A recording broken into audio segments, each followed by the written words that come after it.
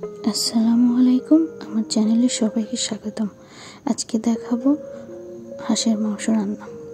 প্রথমে আমি কড়াইতে দিয়ে দিচ্ছি পেঁয়াজ কুচি এবং সাথে গোটা গরম মশলা এবং তেজপাতা। এটুকু হালকা লাল হয়ে গেলে একটু জিরে দেব এবং তারপরে দিয়ে নেব 1 চামচ রসুন বাটা, 1 চামচ আদা বাটা এবং 1 চামচ পেঁয়াজ বাটা। এখানে বলে রাখি, হাঁসের মাংস সবসময় রসুন বাটা এবং আদা বাটা সম পরিমাণে দিতে হয়। এবার একটু হালকা পানি দিয়ে কষিয়ে নেব। এখানে আমি হলুদের গুঁড়া এবং মরিচের গুঁড়া ব্যবহার করেছি, ধনিয়াটা স্কিপ করেছি সুন্দর রং আনার জন্য। অনেক সময় দেখা যায় হাঁসের মাংস রান্না করলে কালচে কালচে হয়, সুন্দর রং আসে না। এক্ষেত্রে আপনারা ধনিয়ার গুঁড়াটা স্কিপ করবেন এবং আদা এবং রসুনের পরিমাণটা সম পরিমাণে দিবেন। যেহেতু হাঁসের মাংসে প্রচুর তেল থাকে, আমি মাংসটাকে লবণ এবং হলুদ দিয়ে অনেকক্ষণ মাখিয়ে রেখেছিলাম।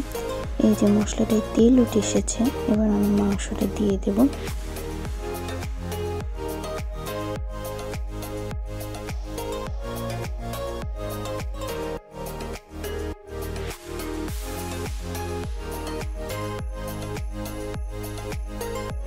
মিডিয়াম আঁচে রেখে সুন্দর করে কষিয়ে নেব, কিন্তু পানি ব্যবহার করব না।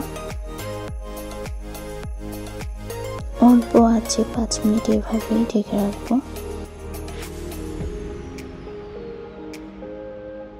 ঢাকনা তুলে একটু নাড়াচাড়া করে আবারও 5 মিনিটের জন্য ঢেকে দিব।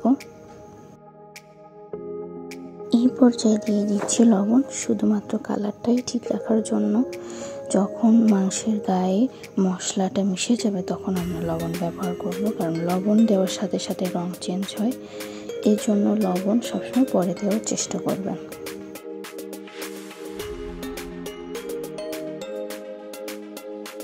এবার আবারও 5 মিনিটের জন্য ঢাকনা দিয়ে দেব। দেখুন এবার পানি উঠে আসছে, যেহেতু আমি লবণ দিয়েছি, এবং এভাবেই কিছুক্ষণ কষাতে থাকবো।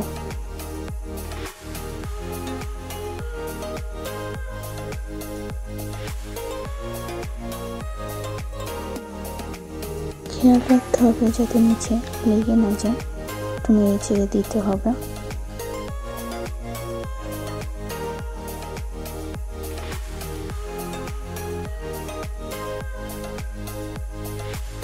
এই পানিটা শুকিয়ে আসলে আমি এখানে ব্যবহার করব গরম পানি। গরম পানি দিলে মাংসটাও যেমন সফট হবে এবং রান্নাটাও অনেক সুস্বাদু হবে। যে কোনো তরকারিতেই যদি আমরা গরম পানি ব্যবহার করি তবে এর স্বাদ ভিন্ন হয়।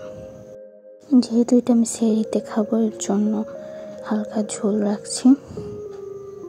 এবার দিয়ে দিচ্ছি গরম মশলা এবং এটা দিয়ে একটু নেড়ে চেড়ে 2 মিনিট রেখে রান্নাটা শেষ করব।